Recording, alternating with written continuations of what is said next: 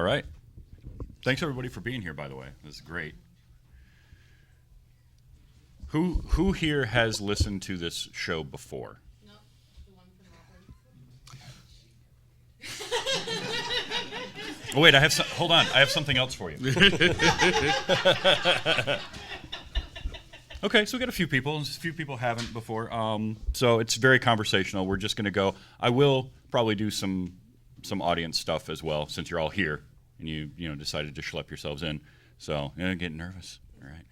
All right. So without further ado, then what we're going to do is we're going to get started in 3, 2, 1. Through dangers untold. Let's roll, hardships unknown, I have fought my way here to the castle beyond the Goblin City to take back the child that you have stolen. Okay, retro go. Let's go.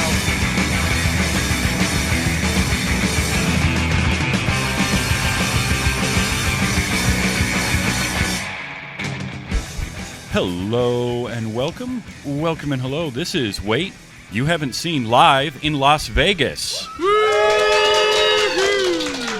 It's a show where we talk about movies, but specifically we talk about a movie at least one of us has never seen before. I'm your host, Travis, a.k.a. TV's Travis. This is episode number 267. And our movie this week is 1986's Labyrinth, directed by Jim Henson. And here to talk with me about it, because neither one of them had seen it somehow. Yeah, somehow. First, we have Joe. Hello. Hi. And Shane. Hello there. All right, so Shane, I'm going to start with you. How did you not ever see Labyrinth? Is it not? Are you a Muppet fan at all? Absolutely a Muppet fan. I have no idea because I hadn't seen The Dark Crystal up until the last few years, I want to say. Okay. No idea how I missed these, though, honestly.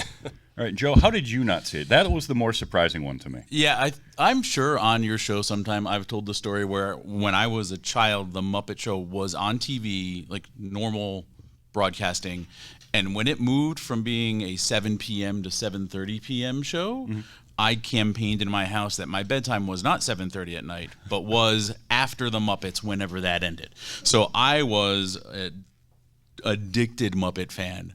I think two things happened. So 86, I would have been in junior high or so. Okay. So I don't know that I tracked that this was a Jim Henson thing. I'm not sure I was actually aware of it. I don't think my family didn't really care about bringing me to movies. I had to argue and just get excited and be like, hey, I want to go. So I think that was it. And then because it was the 80s, it happened, and then you got it on VHS if you went to the store and picked it up. It wasn't nearly as available as we think of things are now. So I just never noticed it when I was a kid, and then in the last, several decades of my adulthood, it takes a lot for me to stop and sit down and watch a movie nowadays. That's fair. Yeah, so I did see this when I was a kid. It was one that I loved growing up. I loved Henson. I loved the Muppets. I watched the Muppet Show. I watched Muppet Babies on Saturday morning cartoons when I was a kid. I remember even there was the Storyteller, but there was another show that he did similar to that, wasn't there? The Jim Henson Hour, and I watched a lot of the Jim Henson Hour. I remember that. But this one was one I remember seeing as a kid, and I just loved it. And because Shane, like you, I hadn't seen The Dark Crystal until just a few years ago. Right. Which always I knew of it, and I quoted that movie, having not seen it. But this one was a lot of fun. So it was really cool to get both of you to watch this. So, Joe, first off, I want to know just overall impression. What did you think watching it for the first time now? So I, on Saturday night, sat down with my wife and my daughter. My teenage son, mysteriously had something else to do than watch an 80s movie with his dad. Right. My daughter lasted 45 minutes. She's 13, and honestly, that was good for her. Overall, just nostalgia bomb's not the right word because it didn't remind me of anything specific, but the whole movie is a vibe. It feels like, I think I put here like a sound bath of emotion. It's like an old school fairy tale, and I looked and, Henson wrote it himself. But it feels like a fairy tale, but not the ones the Grimms wrote where someone ends up dismembered tragically. Like but you feel like maybe that story was underneath this one at some point. You could see how this could have turned into something where you got turned into stone because you made a bad decision about your stepmother. Right. But it was just, I loved it. It was wonderful. It just made me happy throughout the whole thing. Excellent. Shane, how about you? What were your first thoughts watching this for the first time now as an adult? I think the biggest takeaway right off the bat was this looked good. Like, and I had to look it up at the CGI. This was like one of the first attempts at it, apparently. So the shattering glass CGI felt like they put it in just because they could. Yeah. Yeah. I mean, I thought it looked fantastic, even from the beginning with the owl, like the animated owls and everything. That was my biggest takeaway, but it was surprisingly different than Dark Crystal. You know, not really what I expected overall, though. But we can get more into that. Yeah, Joe, you nailed it. It's very much like a classic fairy tale, and there's a lot of emotion in there for Sarah, played by Jennifer Connelly, and kind of what she's going through.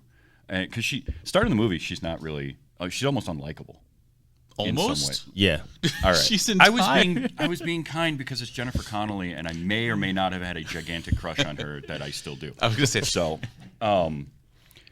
but then you also had David Bowie, who I also may or may not have a gigantic crush on. Sure. It's David Bowie. But she's very, like, she's almost bratty at the beginning and just not great.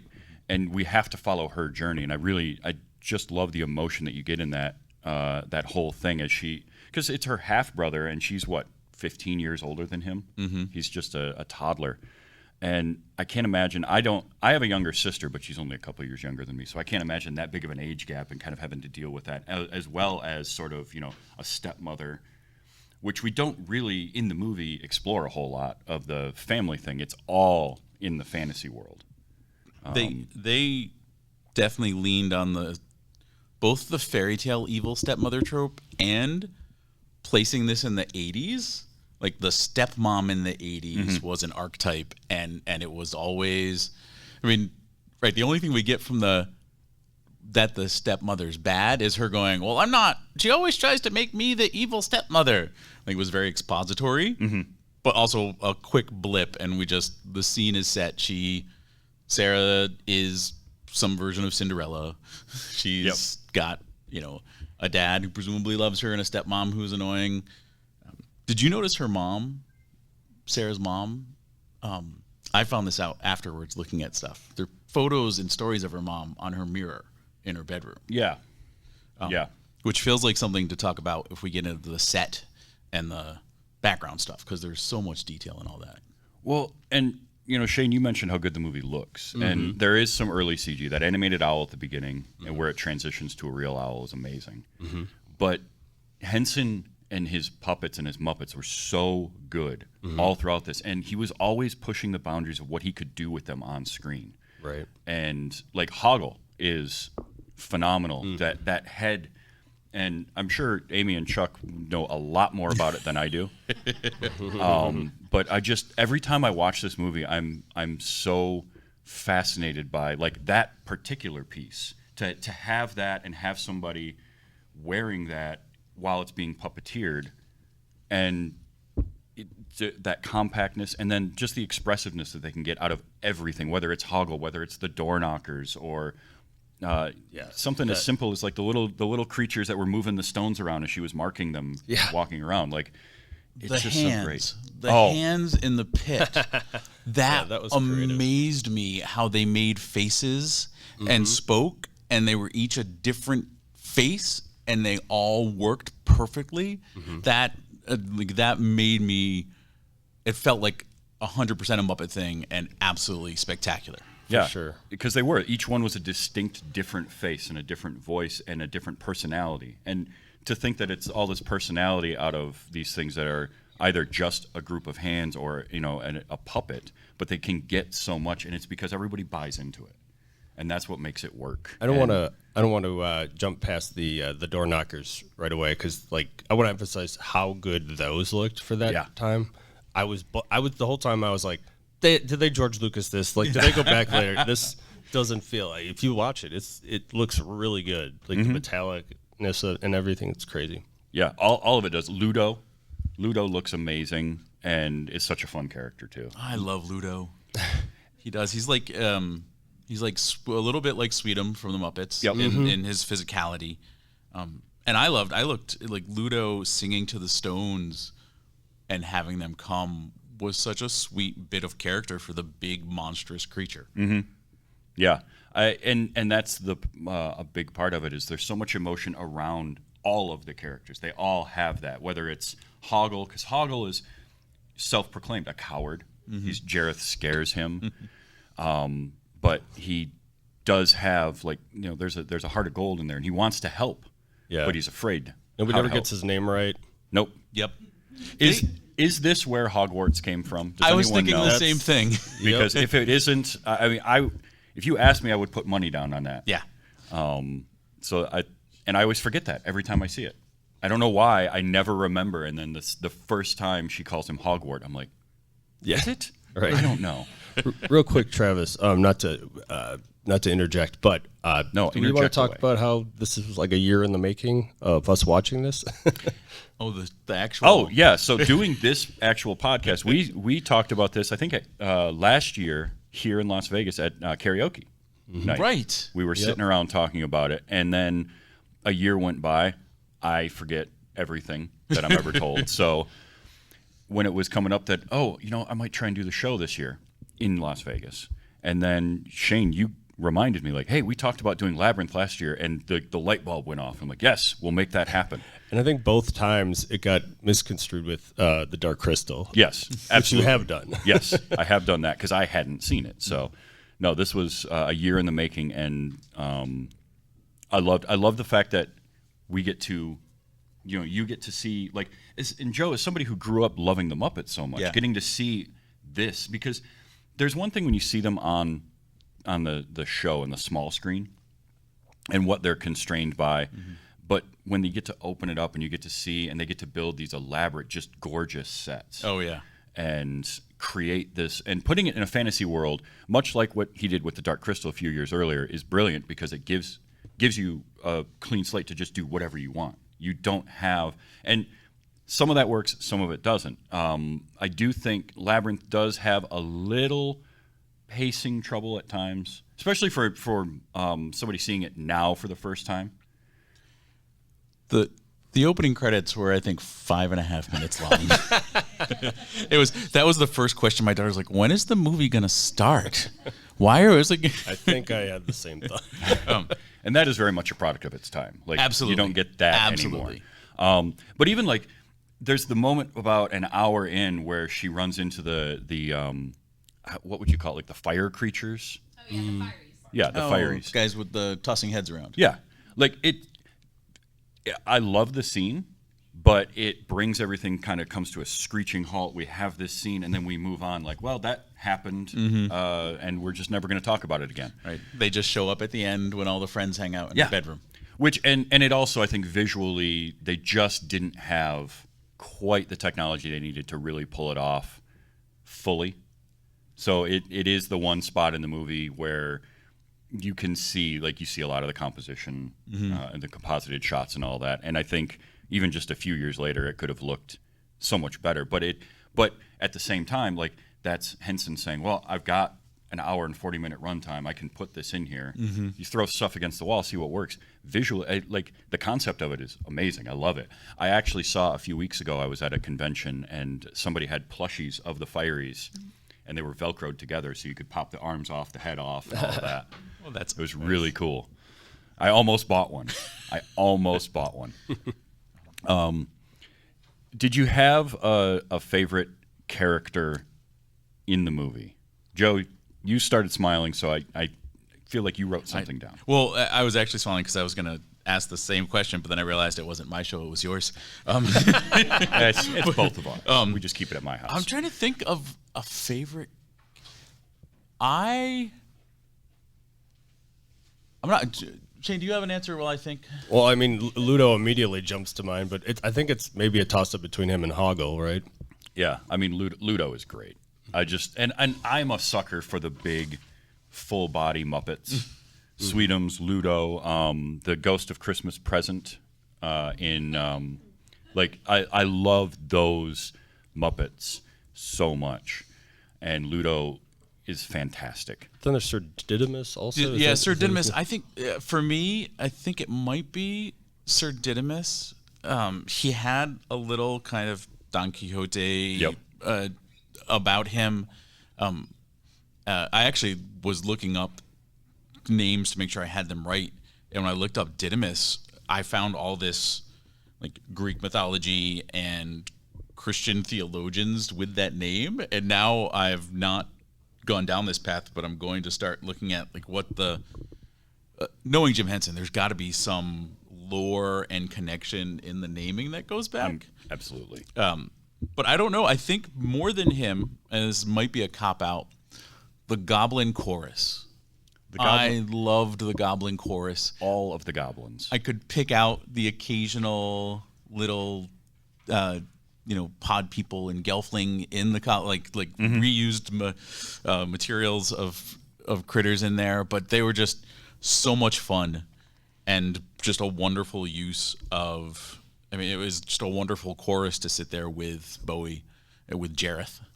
Well, and the thing with all the goblins that I love so much is that they all have, again, like the Helping Hands, distinct personalities. Mm-hmm. And, like, if you're writing this out and you can just say, well, there's a goblin chorus, but then as they start making it, you get all these individual characters. And so it adds so much, like, depth and color to everything to have these wonderful characters. For a little throwaway gag, like when they're all waiting for her at the beginning, when she's holding Toby, mm-hmm. and she's not quite saying the words. She's not saying "I wish," and just them, they can just hear her. We don't get any explanation. Don't need one. And I love that scene because there's so much going on every time they cut to the goblins, and you've got like the one who doesn't. There's always the one that has no idea what's going on. Yep. Did you say it? Yeah. Which he was my favorite of the Goblin Chorus by far. Sir Didymus is great. I love Ambrosius though. Oh sure.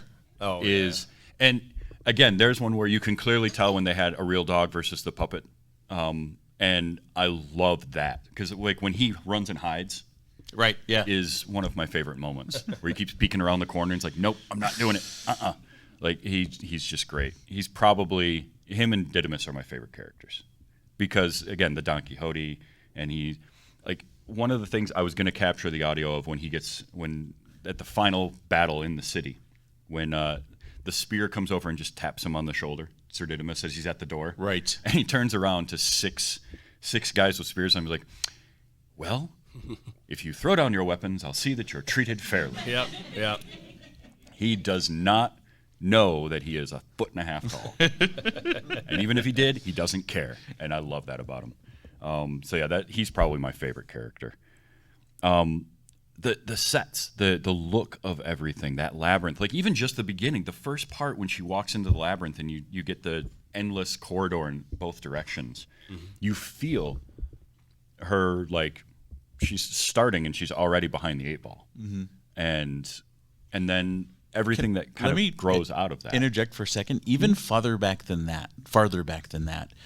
The opening scene where she's rehearsing lines in this meadow with a obelisk there for some reason, and then she realizes she's late and runs off, and she is in this picturesque, it felt like a New England town to me, just even the spot they chose for the mundane world mm-hmm. was beautiful and immersive and set a scene. And again, it felt like it connected it to other 80s movies where you understood the language of the place, even though they didn't explain it. It never really mattered afterwards because the labyrinth is where everything important happens. Yeah.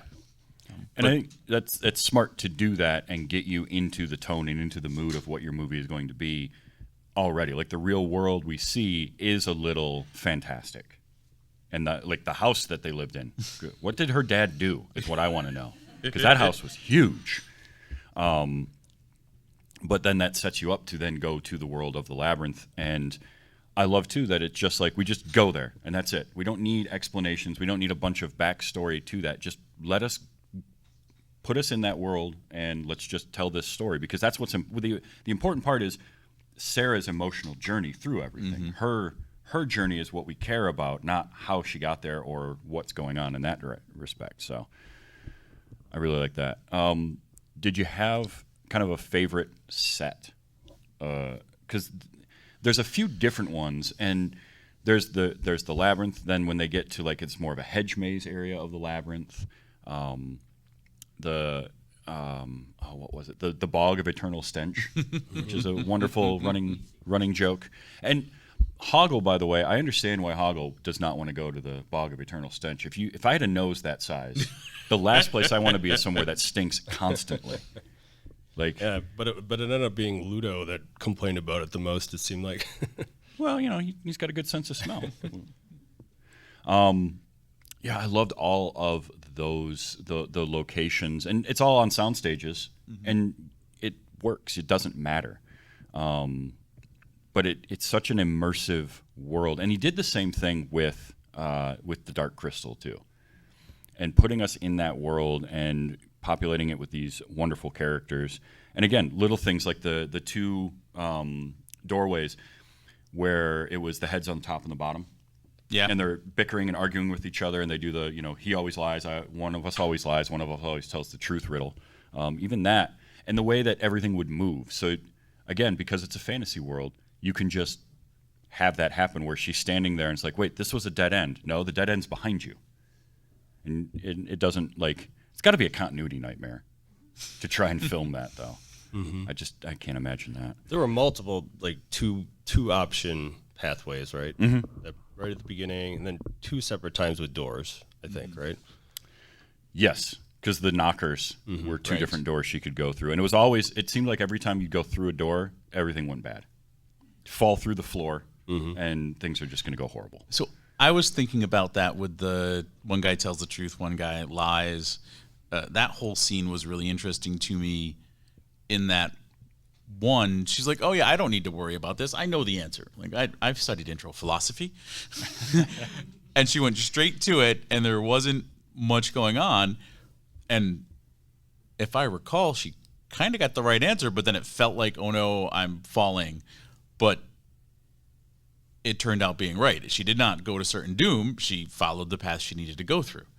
It just ended up involving some scary stuff along the way. Yeah. And I thought about that afterwards, because my first thought when she fell down the hole, I was like, wait a minute. She got the right answer right. What are they doing to her? But then from a morals of the story perspective, I was like, oh, wait, you can get the right answer, still have problems afterwards, and then get to the end. I think for set, I would say those hands, I don't know if they count as a set or a character. They were amazing. One of my favorite little snips of a scene and also sets was the worm at the beginning that helped her get past the first. Chuck is wearing the worm on a shirt. Nice. The worm, and not just the worm, but the coral eyeballs that were there that just never were called out. And in the beginning, and that's something I think Henson does really well, is he has stuff happening in the background that doesn't get called out, doesn't get even brought forward. It just happens, and it rewards you for paying attention. Yeah, and it's not required to be there. Right. He doesn't have to go that hard, but he does, and it makes it so much better, because when she walks by and you just get all the little eyes follow her for a quick second. And that was the other thing. I did manage to capture this, which is, I'm going to play this real quick because this is too much fun. Did you say hello? No, I said hello, but that's close enough. I loved him. I'm changing my answer. He's my favorite character in that little guy. Yeah. Because right after that, he helps her figure out that there is a path beyond the one she's on, which is a great shot, by the way. Like that forced perspective of here's the just blank wall, and she completely buys that it's there and then can just walk forward and Right. you realize, oh, no, it's not. There's another path there. That was another cool effect, actually. Yeah. And then she starts to walk down the one way, and the worm's like, no, don't go that way. Never go that way. And so she just goes the other way, and I love that because then you get she'd gone that way. She'd have gone right to that castle. Yeah, that was Right. great. And then we wouldn't have a movie. So We needed that. Now, so like the fantasy elements of it are great, but there's also, it's Sarah's story, and it's Sarah wrestling with like she is an older sister, and is asked to babysit, and she is 16 at this point. So she's wanting to have more of her own life, but she still feels like she's being held back by her parents. So it's that growth that she needs to go through, and she has to go through it by saying, "Hey, I want my brother to disappear," because she lives in that fantasy world. And it's the scene where, so after she eats the peach that Jereth had, enchanted, and it takes her to the masquerade party. Right. That was a scene that I didn't appreciate as much when I was younger, because it felt like it took me out of. I'm having fun with all the silly Muppets and the adventure of the story, and then suddenly we're at a masquerade like dance. I'm like, what is this? I don't care about this or this song. Which, now as I've gotten older, I appreciate that song a lot more. But what she goes through there, and then subsequently in the junkyard with all the old junk ladies or whatever. I can't remember what they were called. Were they? Okay, it was junk lady. Good. For her to go through, and she's basically getting what she wants at that masquerade party, and then realizing that it may be what she wants, it's not what she needs right now, and she's able to break away from that, but then she's all confused, and she has to deal with the junk ladies, and that scene is great when she goes into her room, and it's that false ending of, oh, it was just a dream, I'm home, and then it all comes crashing down around. I love that. Then the reveal of it for her, when she's sitting in front of her mirror and junk ladies piling stuff on her, and you realize she's getting turned into a junk lady herself, and then when everything just breaks and falls apart behind her and that room blows up. I love that.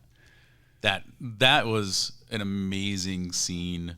Both that whole part, the calling out the junk lady. I didn't notice the junk lady was carrying her own junk, her own stuff on her as much. She kind of just looked like some weird little turtle thing. But then when she was piling the emotional baggage on Sarah and the different this is something dear to you. Oh, this is another thing that you love a lot. Hold on to this, and let me put this on there. One of those things was the Wizard of Oz book I noticed, which was great. It was a very nice connection. And watching them, I've talked about emotional baggage as barnacles when I've talked to people about sort of getting past their past, and that totally is what that felt like. We're just going to keep growing on you with all this stuff you just never want to let go of, until you're waddling around and can't accomplish anything. And emotional baggage, and also in a way too, you can look at that as nostalgia as well, and how that can be. Nostalgia is great. I mean, I'm doing this right now talking about this movie that I love so much. But it's the balancing of that. You can have that, but don't overdo it. If you start latching on too much to all of that stuff and never let yourself grow, you're just going to get weighed down by it and be wandering around a junkyard for the rest of your life, which doesn't sound very fun. Wow. That's deep. Got heavy for you. That one, when I talked earlier about this felt like it could be a classic grim fairy tale where if you made the wrong decision, you ended up dismembered. That fairy dance, that it felt like an old fake court story where, the old Irish stories were when you mess with the fairies, they feel like they're benign, but if you eat something they give to you, you're trapped forever. There was a lot of that sort of hidden sense of danger in the fantasy that was there that got conveyed, not aggressively, but oh, this is really nice. Maybe it's not nice. I'm not sure. Right. And that was so good. And one of the things I love that Jim Henson would do is he wasn't afraid to get a little bit darker and get scary. And he had a thought of, look, kids can be scared, and it's fine. It's not a bad thing. It's actually good to do on occasion. Don't overdo it, but you don't want to overdo scaring anybody, but allow them to feel those emotions. And that, I think, is why his stuff works so well over the generations and still is good today, is because he wasn't averse to we're going to get a little bit dark and it's going to get a little bit scary for kids. It might be too intense for some, but it works. And then you can appreciate that later as well. And you can see kind of the layers to that. They also said the D word in this movie. Yeah. Which D word? Am I allowed to say it here? Go for it. Damn. Yep. Oh. Yeah, I was thinking of a different D word. They didn't say that one. They just showed it a lot. Okay? Because, look, I mean, they cast David Bowie and his package for this movie. It was on prominent display. You can't get around that. So it occurs to me that we've gone this far and haven't really talked about him at all, which is weird. It is a little bit, but he was fantastic. He was perfectly cast as Jereth, and you can tell he's just having fun. Dance Magic Dance is an amazing song, and that whole And now it's in my head. Yep, and it You will be for remind the rest me. of the day. Yes, Of that baby. but that's such a fun scene to do, and it's and intercutting it with her, but also it's a great musical scene, and when Muppets work, when you get Michael Caine in Muppet Christmas Carol, where he's going for it, he is acting amidst all of the Muppets, and that's perfect. And David Bowie does that here, where he is Jereth through and through, and then he's like I love. I mean, it's a simple one, but he's dancing around and he just punts one of the goblins, just sends that thing flying. It cracks me up every single time. And I also always notice the doll when he's tossing the baby at the end. Yeah. It's like, oh, yep, there's a doll, because that hair is completely different. But yeah, David Bowie was fantastic. So my wife and I had a conversation afterwards about David Bowie's balls, and I don't the Not crystal those. the crystal balls. Yes. Sorry, Okay, also those. I saw that opening as I was saying it, and I had to just go right through it. But the tactile juggling that happened, that Jereth did, and we were debating about whether or not that was legitimately, whether it was David Bowie, who I thought most of it was. And she's like, you could totally see like someone else's arm reaching up from behind him and doing those things. But it was very interesting, that bit of character and again that bit of artifice from Henson, where if anyone's going to be able to pull off a clean and legitimate this is someone else's hand doing something, Right. it's someone from Muppet Works. And I know it was a fairly well-known juggler, that Michael Motion, thank you, who did that juggling. And I think I've seen a few clips of like behind the scenes as they were doing it, because that had to have been difficult. He's got to stand behind and just have his arms out in front doing this. He can't see what he's doing. But yeah, that was a fun bit of character, and it added a lot, and it just looks cool. It does. And I imagine at that point in time, that was something that wasn't, there weren't 40,000 music festivals where people were doing that EDM every Right. summer. Like, that was something you didn't see very much. Well, and there wasn't even just the proliferation of finding videos of people doing stuff around. Like, there were people doing it, but we didn't have access to seeing so much of it. So it would have looked. It adds to that otherworldly feel of Jereth is able to just do this, and to have it be so smooth, and just part of who he is. He just does it as like a show-off move while he's talking to her is great. Yeah, I love the juggling and all that. So, all right, I want to ask, because we got some audience members here. We're doing this live in Vegas.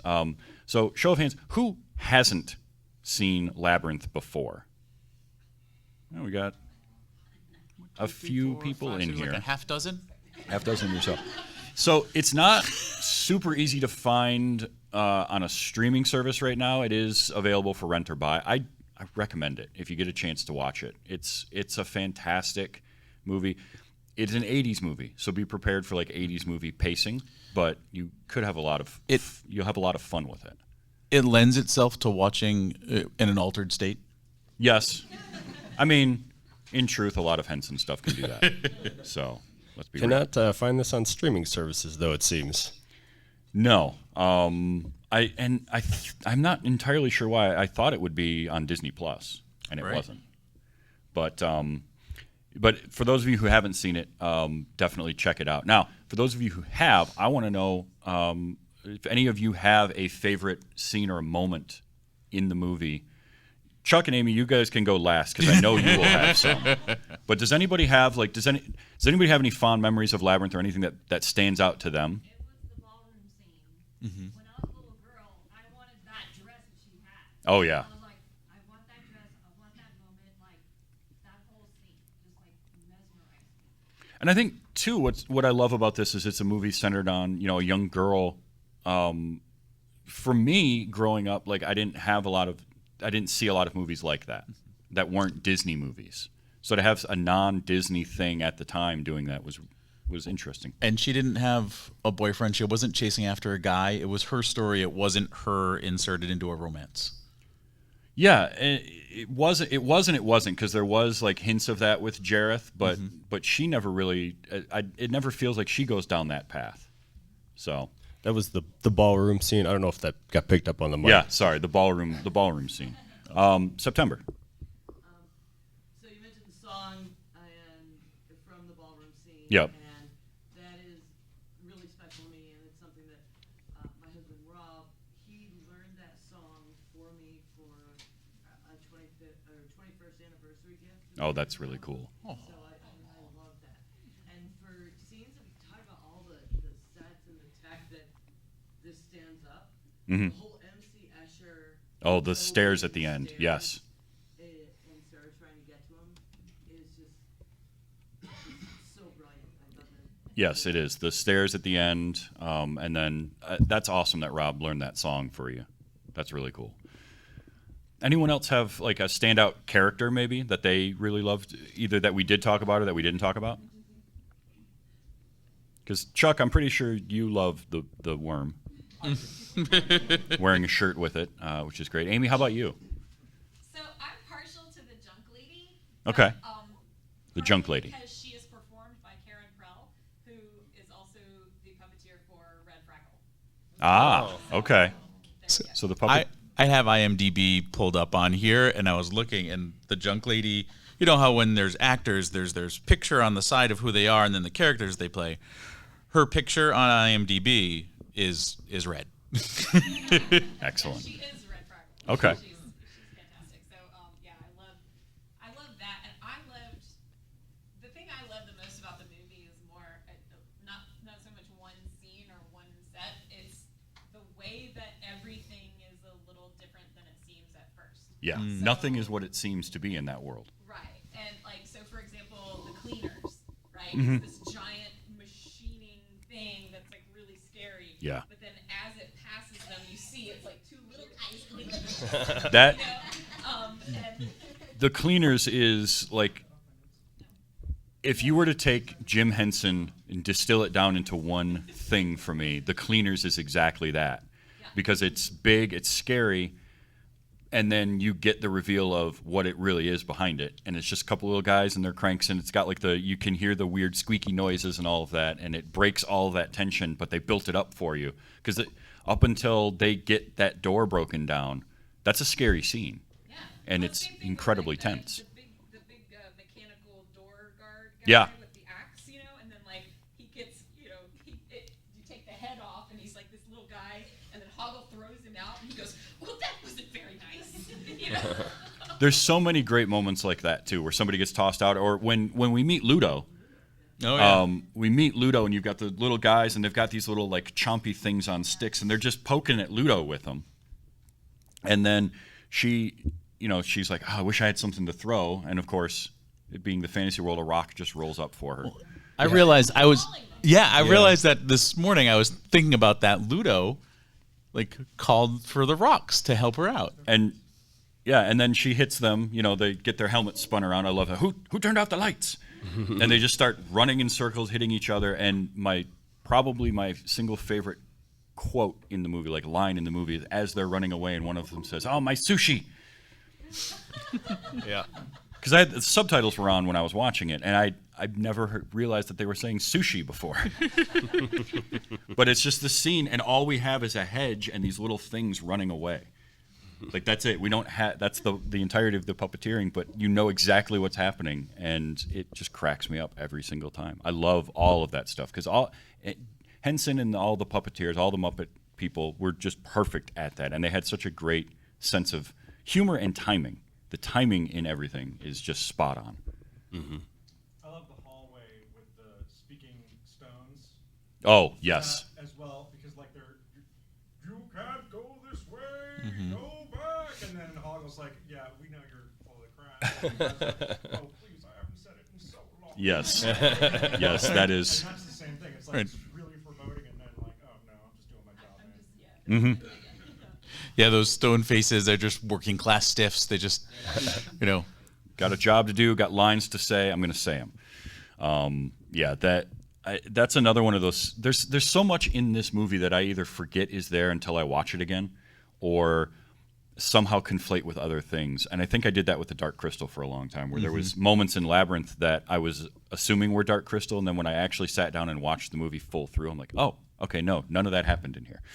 Shane, did that happen to you a little bit? Yeah, not as much as I would have thought, actually. Because, it's a very, like I said, surprisingly different from the Dark Crystal. Similar tone, maybe, but, yeah. There was one moment, there was a character that reminded me of, like, is it Magra from Dark Crystal? Yeah. Yes. Yeah. Oh, maybe it was Agra. Agra, thank you. It might have been the junk lady, actually. Actually, that's me. I would hear lines from Agra, but be picturing the junk lady saying them.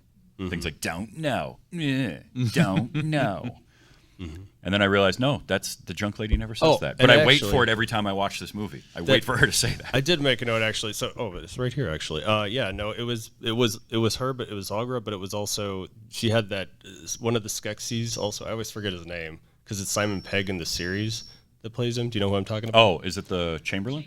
Yeah, because she kind of did that thing. Oh yeah, yeah.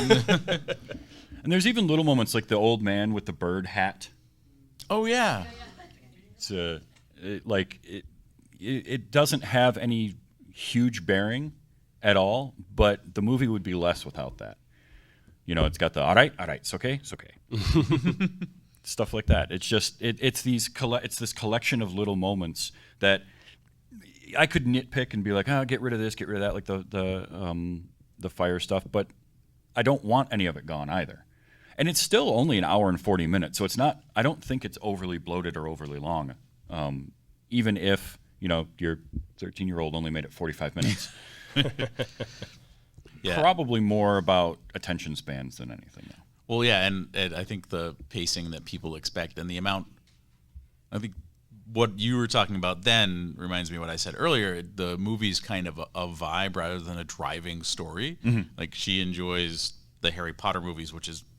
There's a lot going on, but it's very plot driven. The Mockingjay Hunger Games she's been watching recently, which is scary and adventure and high adrenaline. This is not that. This is sort of medium adrenaline and beautiful atmosphere.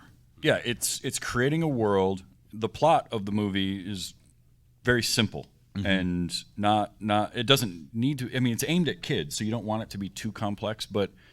I'm always of the mindset of keep the plot of your story relatively simple and let your characters be what's interesting about it. An overly complex plot can be great, but if you have wooden characters, I don't care about what happens to them. In this, I care what's happening to Sarah. I care about the fact that Hoggle wants to help her but is afraid of Jereth, so he keeps trying not to help her while also trying to help her. I care about Ludo. Yep. You get the emotional connection to them. And then for me, having seen it as a kid, watching it every time now, I can get transported back to that moment and how I felt then, which is why it's interesting to talk to, you guys having seen it now as adults. And Shane, do you think if you had seen this as a kid growing up that it would have had a bigger impact?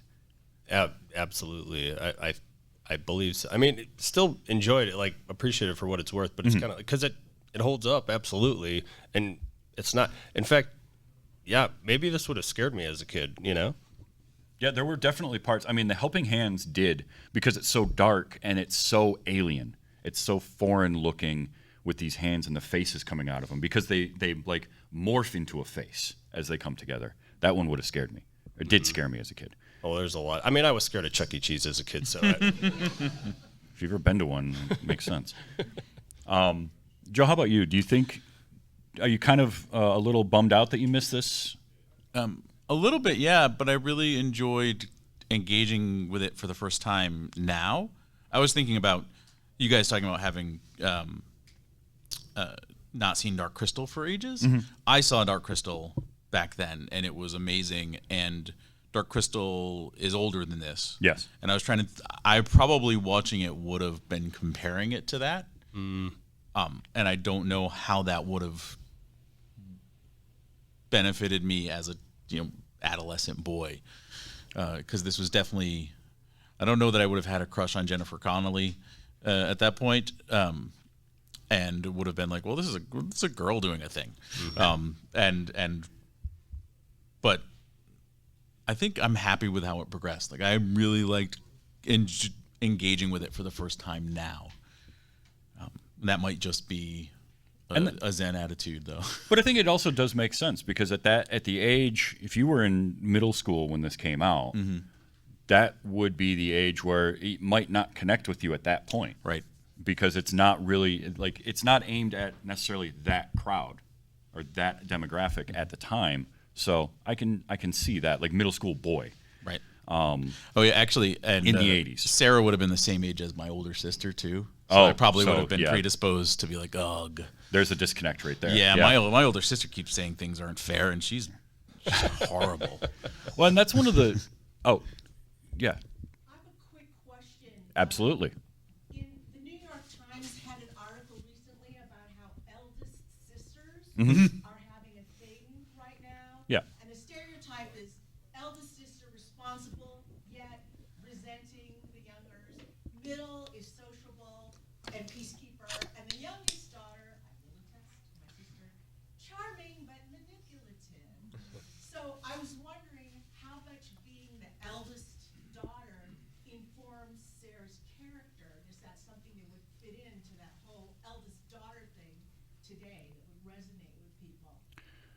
Yeah, so the question is, how much Sarah being the elder daughter plays into her character. I think so, and I think even if it wasn't a conscious decision by Henson as writing it to go with that particular thought, I think that it certainly plays into it. Yeah, and sorry, you had something. No, I was thinking part of the dynamic that was in the movie, for me was thinking about the combined family and that it was her stepbrother. And again, in the 80s, that was a whole wealth of new ground to talk about and discuss, whereas now it just seems like that's, of course, families combined. And that mixed, one of the ways you could think about the conclusion of this story is Sarah finally accepts Toby as her sibling, when up to that point, he had just been an annoying interjection into her life, and she missed her mom and her real family, and this was not it. Yeah. Which I think probably overlaps with the eldest being very responsible but a little resentful, but also leans into that sort of that divorced and remarried dynamic even more so. Yeah, and it's always interesting to dive into characters like that, and not being an elder, like I'm an older sibling, but the age difference was so minimal with my sister growing up that it basically might as well have been nothing. Like I didn't have a lot of she trying to tag along with me or anything like that because it just didn't work out that way. But yeah, and I think too, kind of going back to what we were talking about seeing it as an adult versus younger, I think because we're always, every time you see a movie, you're a different person, and being your age now, having children of your own, right, I think will alter your perception on a movie like this. For me, I know seeing it as a kid, it was all about the Muppets, and it was all about just the fun adventure of it. And every time I watch it now, I get a little something different from it. I take a little something away that I didn't before, whether it's appreciating more technical stuff as I get more interested in like puppeteering, or finding things like characterization for her, because Sarah, everything's unfair for Sarah.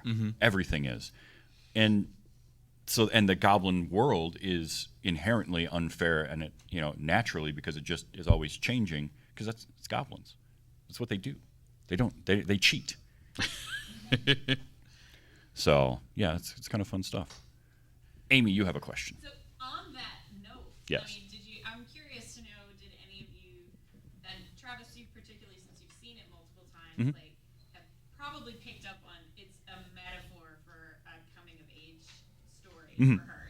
Like she's sort of letting go, especially the junk lady scene, right? Like she's trying to let go of her attachment to her more childish things and her more childish attitudes. Yep. And like the junk lady is piling all these things on that she just treasures, and she doesn't want Toby's grubby hands on them.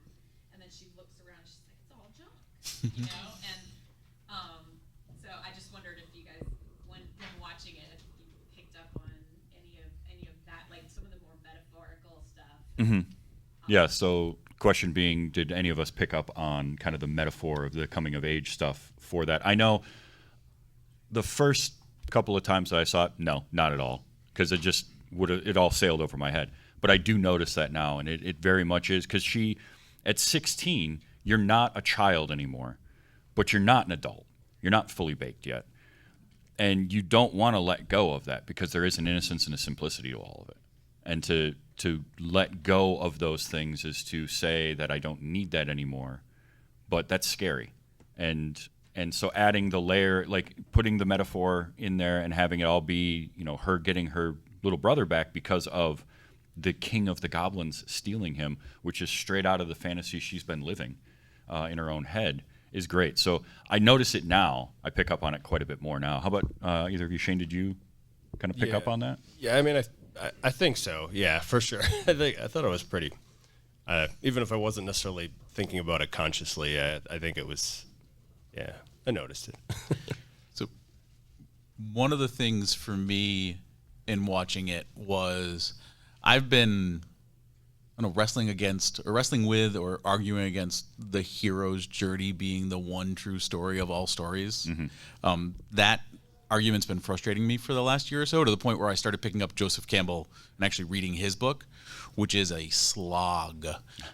But realizing that this is not, and I don't know that, George Lucas was involved with this as a producer, right? Yeah. Yeah. So Lucas is famous for talking about hero's journey. Henson, I assume, because I put him on a pedestal, that Henson deliberately didn't write this as a hero's journey. It does not follow that path exactly. It follows a different path that's also a pretty archetypal path of growth. And I was tracking that, and that there's the rejection of this junk stuff, but in the end, you have new things, and those new things are the companions that you had along the way that then come back when you need them again. You've created a new community through the process of this trial, and that was the one theme that jumped out to me. At first, jumped out to me in a little bit of a silly way. I mean, I love the moment when she sees them in the mirror and they remind her, just call and whenever you need me and we'll be there. And she does. And the they was Houde, Ludo, Didymus. But then when she calls back, there's them, there's the fire creatures, there's the goblins, like everyone's back there. I think even the junk lady. But I love that, for me, the metaphor there was creating a community through your challenges that then becomes support you have moving forward. Yeah, absolutely. No, and it's just a fantastic movie through and through, and you can take so much more. Like, I hope you get a chance to watch it again, and maybe get your 13-year-old to sit through the whole thing, because I'd be curious to hear what they thought of it watching all the way through. Sure.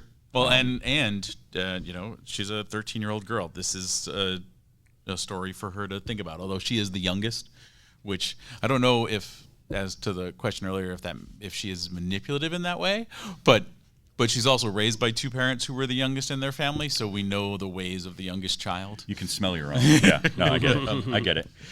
Hey, can I ask a question or make a comment about sort of production stuff? We No, got really absolutely. interested. No. So one of the things that popped up often during the movie for my wife and I was hearing different little segments or leitmotifs going on in the score that felt like a greatest hits of 80s score. Like we're like, oh, that sounds a little bit like Indiana Jones. That sounds a little bit.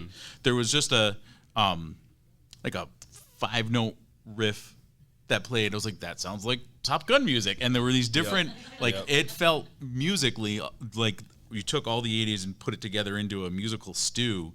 And I looked up just to see, out of curiosity, one, easily overshadowed because the soundtrack is David Bowie, but the score was by a guy named Trevor Jones. And I thought maybe he did these other movies. He didn't do any of those. He didn't do Top Gun or Indiana Jones or any of those guys. He did do The Dark Crystal. Okay. And he did the Labyrinth TV show that happened a few years ago.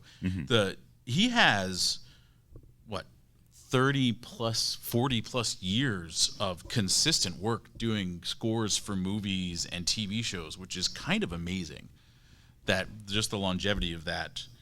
But it was really, I don't know if you guys, when you listened to the music, did you feel the sort of 80s pull from it, or did it just blend in for you? I kind of did both. I mean, I definitely felt it because they would have musical motifs that hit emotional beats. But it does the thing that I like.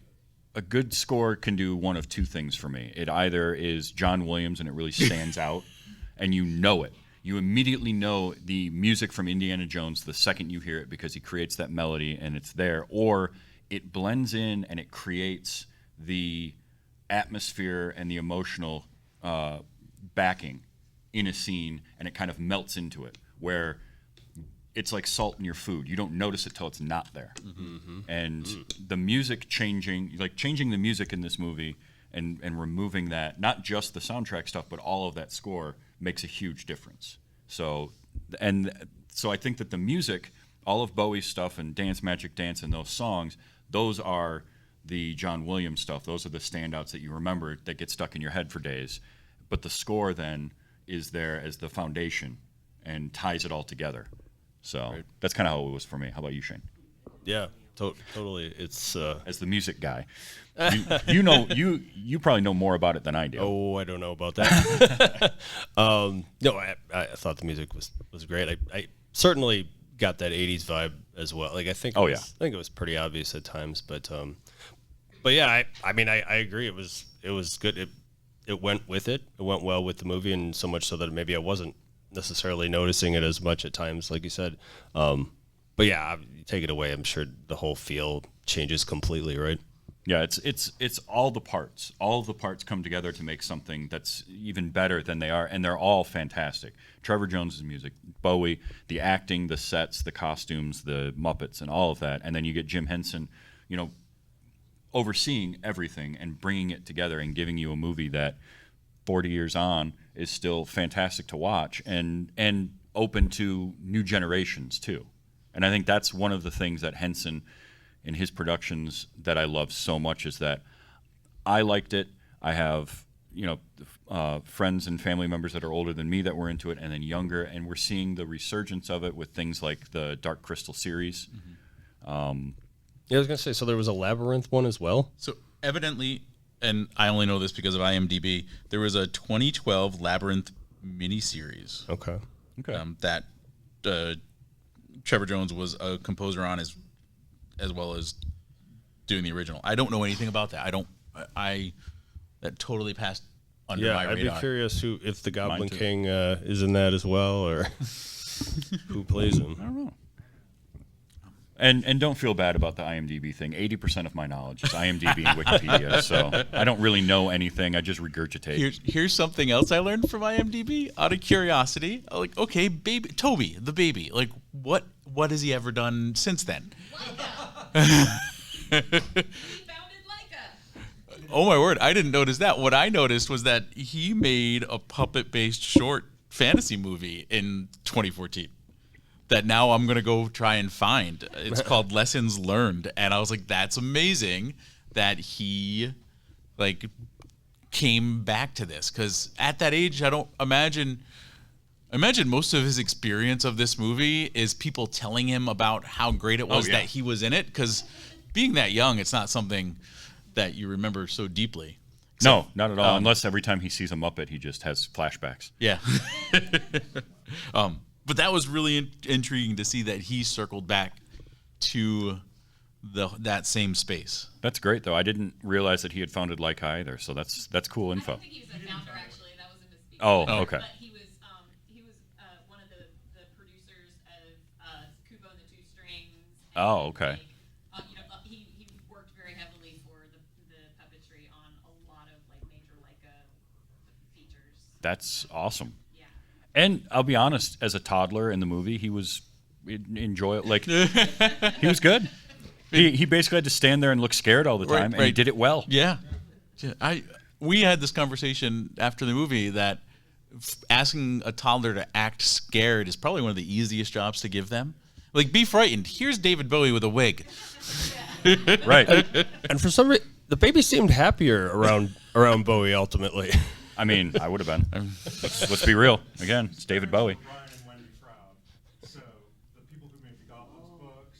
Okay. Oh, okay. Did all the design for everything on the Dark Crystal and a fair amount on the movie as well. So, and their old house sold for millions and millions of pounds because it looks like those sets.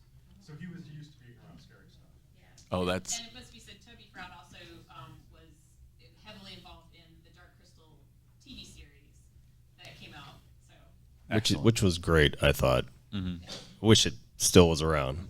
Yeah, that is on my short list of things to watch when I have free time to watch something just for me, or I'll have to do a spin-off of this show, series-based, just to make myself watch it. I'm not going to spoil anything. I'll just say there's a character named Hupp that will be your favorite. Excellent. Well, Shane, Joe, thank you so much for doing this. It took us a year to get it done, but we did, and you guys got to see Labyrinth. I'm so happy, and I love. I'm so happy that you enjoyed it too. It was absolutely wonderful. I'm so excited that I got to watch it. Because this is a big one for me. So for both of you to get to see it and to enjoy it is great. And for those of you here with us in Las Vegas who haven't seen it, check it out. It's really, really good. And for the rest of you, watch it again. If you haven't watched it in a while, watch it again because it holds up. It's really good. So thank you both for being here. This was a ton of fun. Thank you. You're reimbursing my travel, right? Yeah. Yeah, your check's in the mail. Don't worry. And thank all of you in the audience for being here today. This was really cool. So if you enjoy this show, I do it weekly, and I stream typically Sunday nights, 8 p.m. Eastern time at twitch.tv/tvstravis or on YouTube at tvstravis. And the show comes out on Wednesdays as a podcast everywhere you can get podcasts, YouTube as well, a video version, because usually I have a camera on me. And you can also go to tvstravis.com. You can find this show. You can find other shows I do. I do three other podcasts beyond this one. Classic television. I have one Winding Down, all on Highlander. And also I'm part of Gore, and we do all horror movies on there. So you can check out all those at tvstravis.com. There's links. If you ever want to get my silly logo on something, I've got merchandise as well. And there's a Patreon.